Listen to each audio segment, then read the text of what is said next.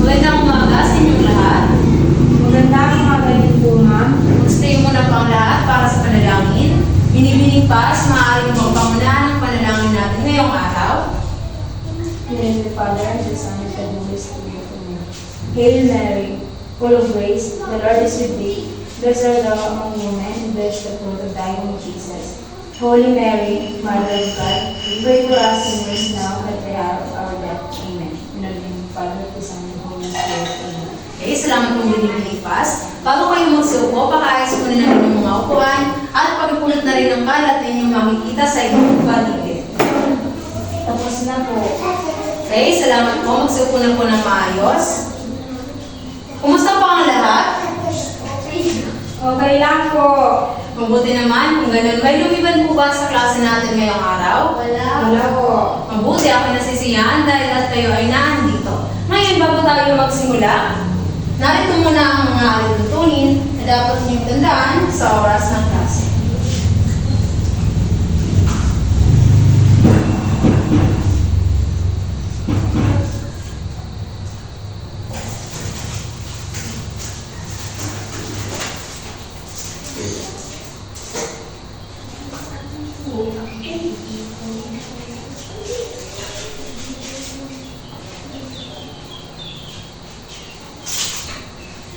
Basahin nga po ng sabay-sabay.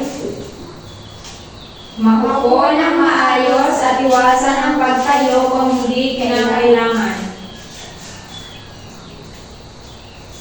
Sunod. Tumahimik sa oras ng klase at iwasan ang pagkikipag-usap sa katabi.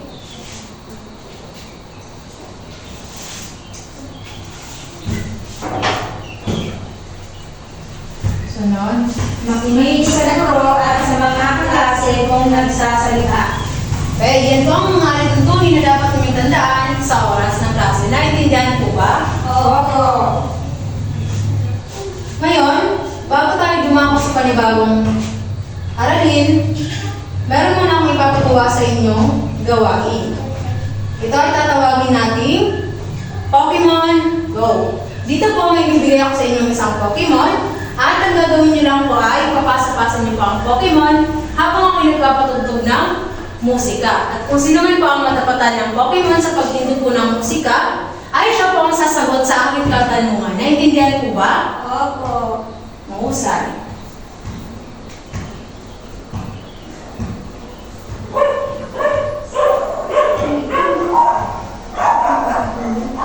Saan naabot ang 10 pesos mo sa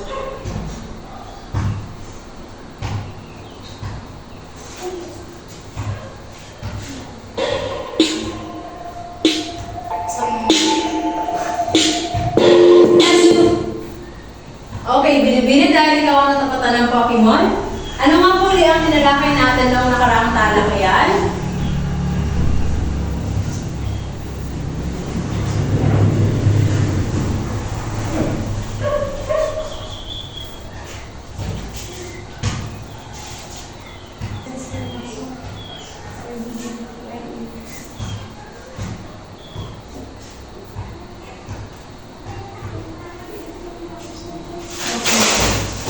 Pero na lang. Taas. Hindi ka na open sa video. Pag ganyan mo ba,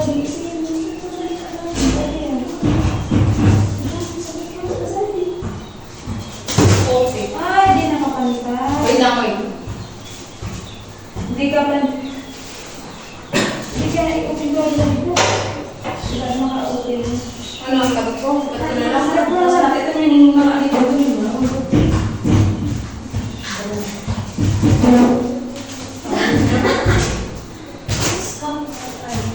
Sige na.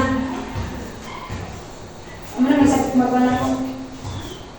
Ito po ay tungkol tungkol sa discrimination sa mga LGBTQIA po, ma'am.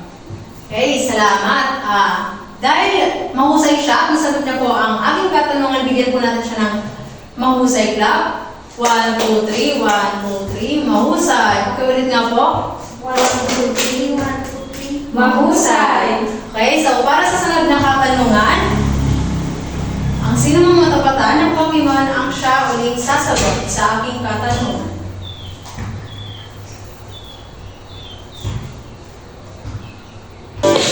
You're spinning out of control. We can do this song. Rico, ikaw po binibini. Dahil ikaw nakakuha ng Pokemon, ano nga po ang ibig sabihin ng LGBTQIA?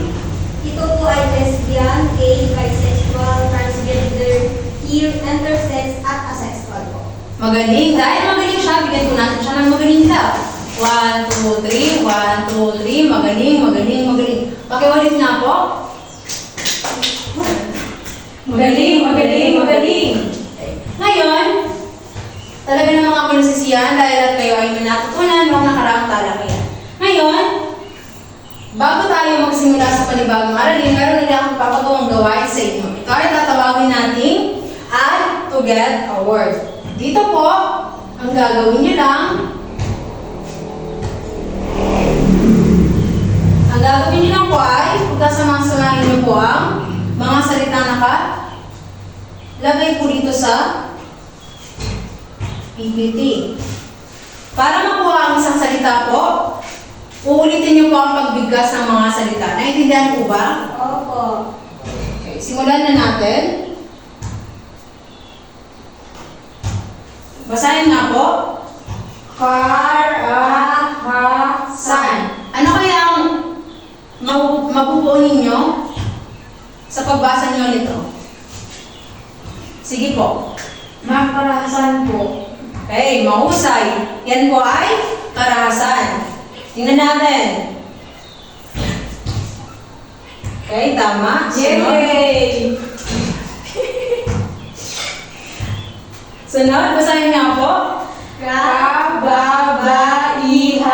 Ano kaya sa tingin nyo? Sige po, Bilibili. Kababaihan po. Okay, tingnan natin yung tama ang iyong sagot.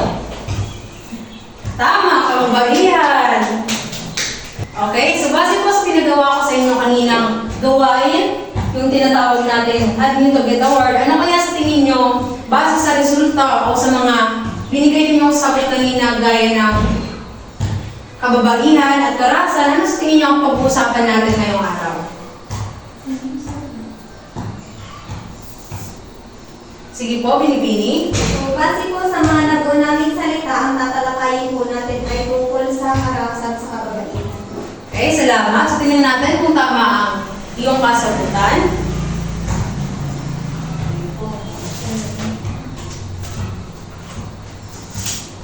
Ngayong araw po, tatalakayin natin ang patungkol sa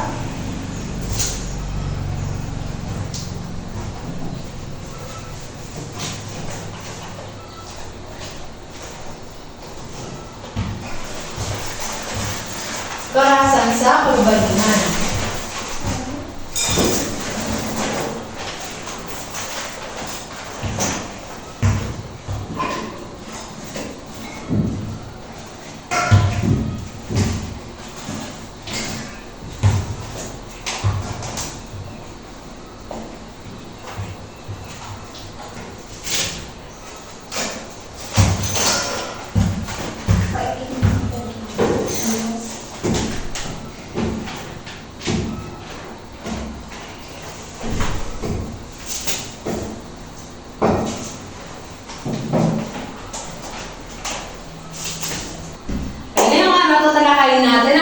Sa karahasan sa kababaihan. Pero bago ko ipaliwanag sa inyo ang patungkol sa karahasan sa kababaihan, narito muna ang mga layunin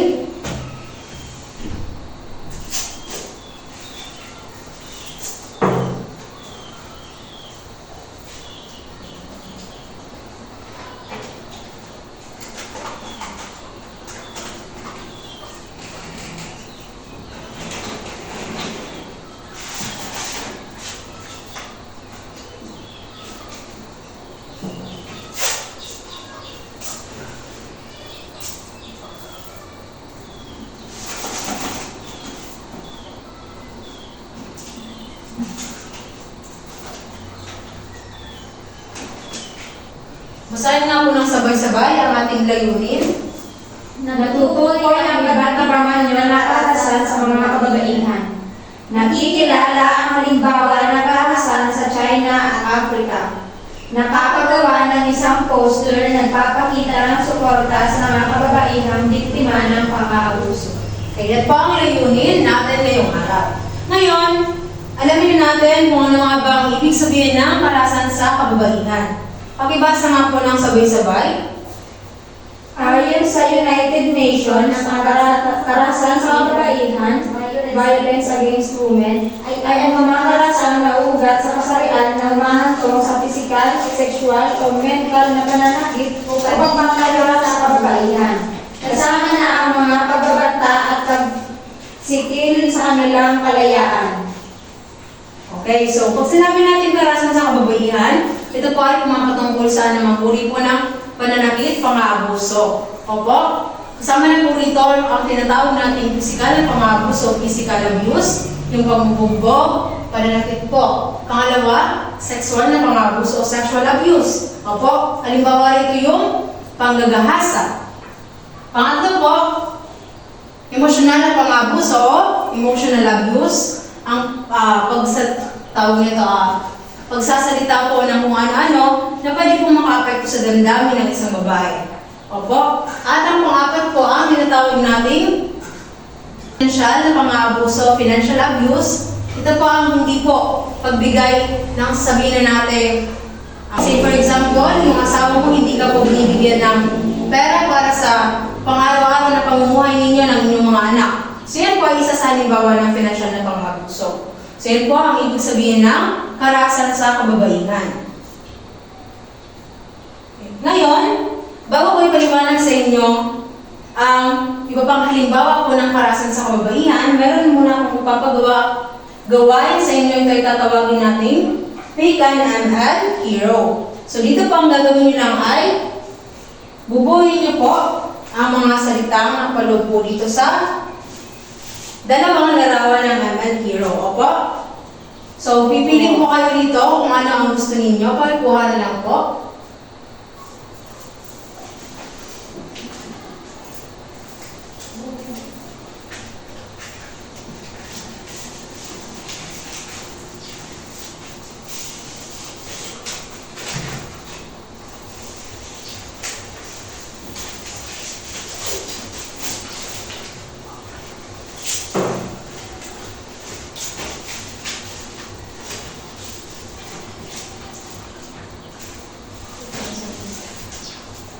Tapos na po ba?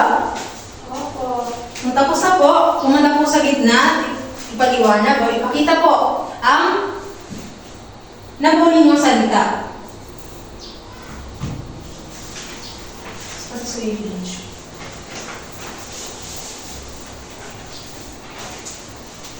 Ang nabuo kong salita ay breast irony. Okay, palakpakan natin. Ito naman, binibini, ano naman ang nabuo mong salita? Ang nabuko kong salita ay foot binding. Okay, salamat. So, makikita niyo po, kay Mia po may nabuong breast irony at kay Nana naman mayroong nabuong foot binding. So, yung dalawang yan po ang halimbawa ng karahasan sa kababaihan. Ngayon, alamin naman natin kung ano ang ibig sabihin ng dalawang halimbawang nabuo ng kamag-aral ninyo. Una, pakibasa nga po ng sabay-sabay. Foot binding. Ito ay sinasagawa ng mga sinaunang babae sa China kung saan ang mga paa ng mga babae ay pinapaliliit hanggang sa 3 pulgada gamit ang pagbalot ng isang pirasong bakal o bubog na sa talampakan. Okay, salamat. Pag sinabi natin foot binding, laging tandaan na ito po ay kumbaga sinaunang kawalian po ng mga tao sa China. Ito po yung ginagawa nila ay binabalutan po nila ng maigbat na banda ang paa ng isang babae para mas lumiit pa po ng lalo. Opo? So sabi nga dito, ito ay pinapaliit sa pamamagitan ng pagbalot na maigbat na benda. So yung ideya po, yung foot binding po, nakuha po siya sa isang tao. Kung baga nakuha yung ideyang yon kay Yao Niang. Ito po si Yao Niang. Si Yao Niang po kasi, kumbaga, isa po siyang mananayaw. Yung foot binding po, nakuha po yung ideyang yon kay Yao Niang. Si Yao Niang po, isa po siyang mananayaw. Opo, bago po siya sumayaw, yung ginawa po niya ay pinalutan niya po ng tela yung paa niya. So doon na po nagsimula na magkaroon ng ideya ang mga babae po sa China. So yun po. Sunod,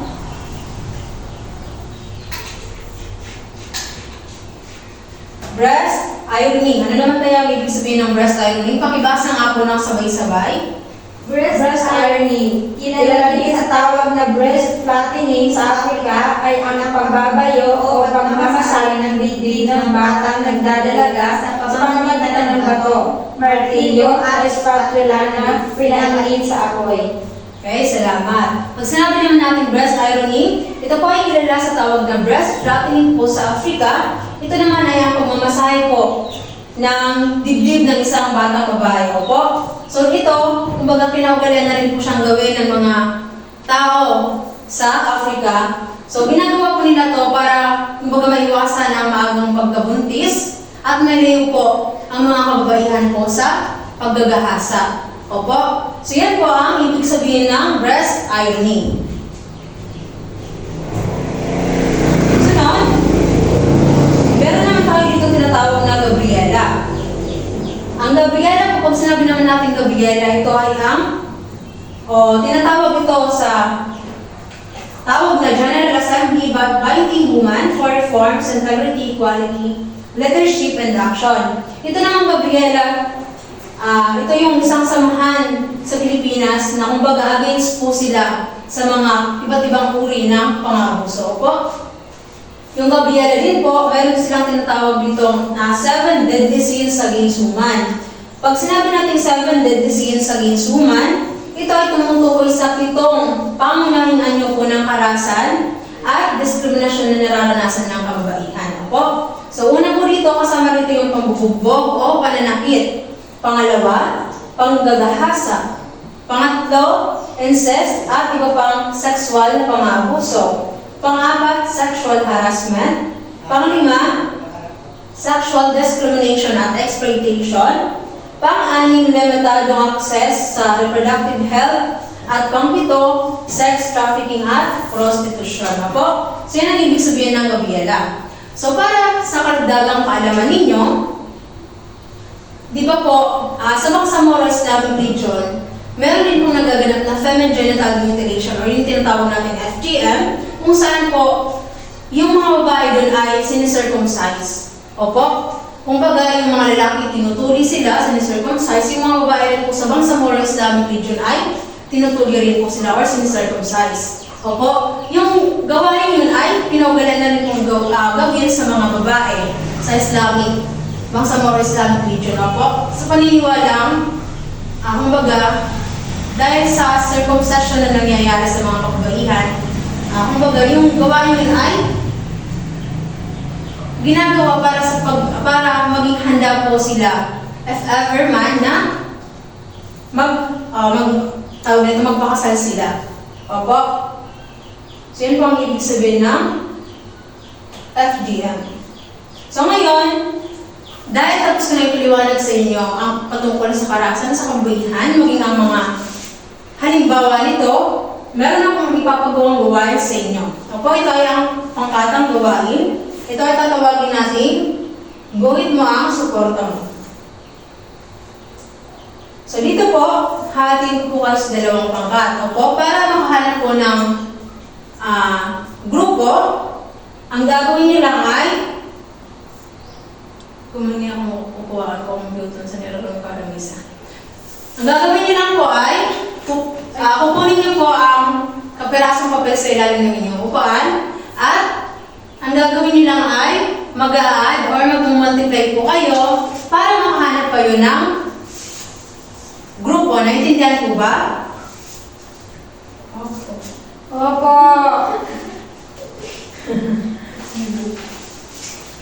Okay, tapos na po. Tapos na po. Okay, ang bawat pangkat po ay gagawa ng isang poster po na nagpapakita ng suporta sa mga babaeng nalagay sa panganib dahil sa pang-aabuso. Pwede po kayong gumamit ng makulay at malikhaing disenyo upang makuha ang atensyon po ng mga tagapanood. Pwede nyo rin pong isama sa poster ang mga positibong simbolo po ng suporta, pag-asa at pagkakaisa po. Lagi rin pong tandaan na iwasan ang anumang pahayag na maaaring makasakit o hindi angkop sa tema. After po niyan, ipapresenta lang po ng leader o kinatawan ng pangkat. Naintindihan po ba? Opo. Sige na. Bago kayo magsimula sa paggawa ng isang poster, narito ang pamantayan sa pagmamarka. Meron tayo dito kategorya, puntos, description. Para sa kategorya, una meron tayong ilalaman, 40% may pakita ang suporta sa mga biktima ng pang-aabuso. Pangalawa, disenyo. 30% malikhaing, maayos at kapit-apit ang pagkakagawa. Pangatlo, mensahe malinaw, 30%. May positibong mensahe ng suporta. At ang kabuuang puntos pong pwede ninyong makuha ay 100%. Opo? Naintindihan po ba? Opo. Maaari nyo na simulan ang paggawa ng poster. Tapos na po ba?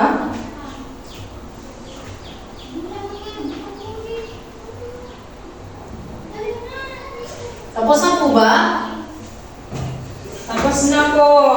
Sino na po ang unang kinatawan ang magpipresenta ng kanilang ginawang poster? Sila na po. Sige na po, pumunta na po sa harapan at ipresenta na po ang inyong ginawang poster.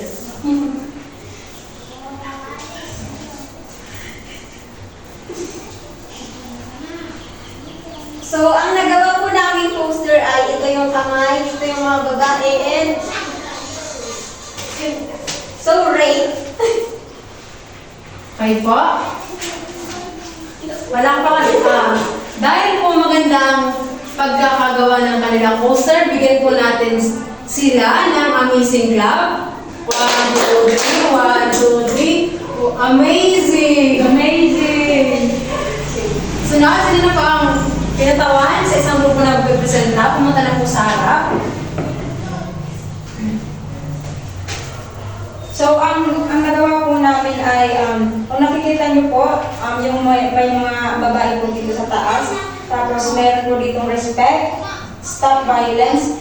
So, yung pinaka-mensahe po na nagawa namin ay about po sa pagkakapantay-pantay. Mahusay! Dahil naman maganda ang mensahe, pinaabot nila at maganda rin ang pagkakagawa, bigyan po natin sila ng perfect love. Okay? 1, 2, 3, 1, 2, 3. Perfect!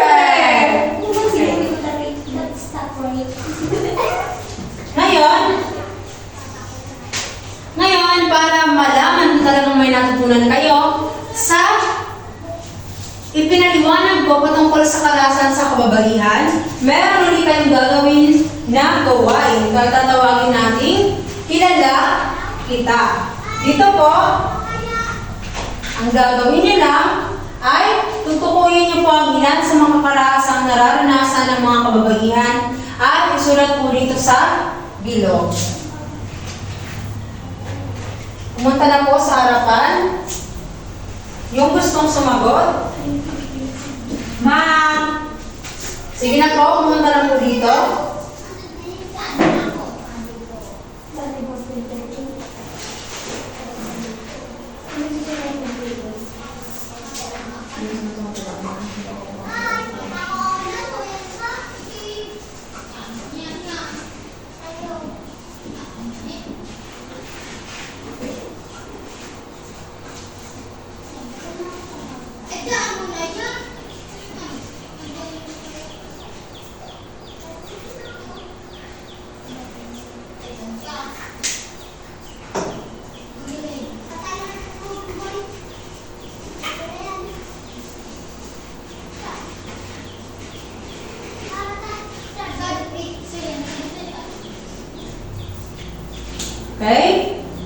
Salamat. So kung makikita nyo, meron ditong karasan. So meron po kayong mga linagay na pambubo, panggagahasa, foot binding, breast ironing, pagbabanta at pagmumura. So yung mga sinagot nyo yan ay tama. Opo. So ngayon, para mas malaki pa kung talagang may natutunan kayo, base sa ipinagawa ko po sa inyo, dito, magbigay po kayo ng opinion.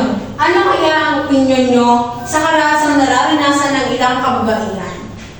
Sige na po, binibinib, sagot. Para po sa akin, ang karasang nararanasan ng kababaihan ay isang seryosong issue na dapat bigyan ng agarang pansin at aksyon. Okay, salamat. Magaling. So, dapat talaga ang karasang nararanasan ng mga kababaihan ay bigyan ng aksyon. Opo, dahil hindi po ito normal na problema. Opo? So, ito pa, ano nga po ang tinalakay natin ngayon? Sige po, binibini. Ang tinalakay po natin ay tungkol sa karasang sa kababaihan. Okay, magaling. At para mas malaman pa kung talaga nakinig kayo, ano nga ulit ang ibig sabihin ng karasan sa kababaihan? Sige po, binibini. Pag sinabi po natin karahasan, ito po ay tumutukoy sa anumang kilos o gawain na nagdudulot ng pisikal, emosyonal, mental o moral na pinsala sa isang tao. Okay, magaling. Dahil magaling siya, bigyan po natin siya ng pagkakagaling lang. 1, 2, 3, 1, 2, 3. Pagkakagaling, sige po, pakiulit. 1, 2, 3. Pagkakagaling. Okay, sunod na tanong, ano nga po ang halimbawa ng karasan sa kababaihan sa China? Sige po, binibini. Foot binding po. Okay, foot binding. Tama. Dahil dyan, bigyan naman po natin siya ng aling Indonesia clap. 1, 2, 3, 1, 2, 3. Very good, very good, very good. Pakiulit po. 1, 2, 3, 1, 2, 3. Very good, very good, very good. Okay. Panguling tanong. Ano nga uli ang halimbawa naman ng karasan sa Africa? Sino po? Sige po, binibini. Breast ironing po, ma'am. Mahusay. Dahil mahusay ka, bigyan natin siya ng mahusay clap. 1, 2, 3, 1, 2, 3, mahusay. 1, 2, 3, 1, 2, 3, mahusay. Okay. So ngayon, dumako na tayo sa maikling pagtataya. Handa na po ba ang lahat? Oo. Para sa maikling pagtataya, kumuha po ng isang apat na papel. At ang gagawin niyo lang po ay basahin ng mabuti at unawain. Tukuyin po kung tama o mali ang mga sumusunod na pahayag. Isulat ang 100 kung tama ang pahayag at 100 naman po kung ito ay mali. Naintindihan po ba? Okay po. Basahin nga po ng sabay-sabay. Una, Ang Gabriela ay isang samahan sa Pilipinas na laban sa iba't ibang karasang nararanasan ng kababaihan na tinagurian bilang 7 deadly sins against women. Ang breast ironing ay isang halimbawa ng karahasan sa China. Ang lotus feet ay sinisulungan ng kagandahan sa China. Ang lapis na panginoon alam ay paggamit ng bagay na gamot ang kadalasan dahilan ng karahasan. Ang paghingi ng isang prison guard ng sexual favor sa isang babaeng preso kapalit ng mamamahalagang kapitan ng isang babaeng halimbawa ng karahasan. okay, tapos na po. Opo. Kung tapos na po, yan, yung isang apat na papel po ay ibibigay niyo po yan sa akin bilang isang Excel ticket. Opo? Naintindihan po ba? Opo. Hindi kayo makakalabas kung wala kayong Excel ticket.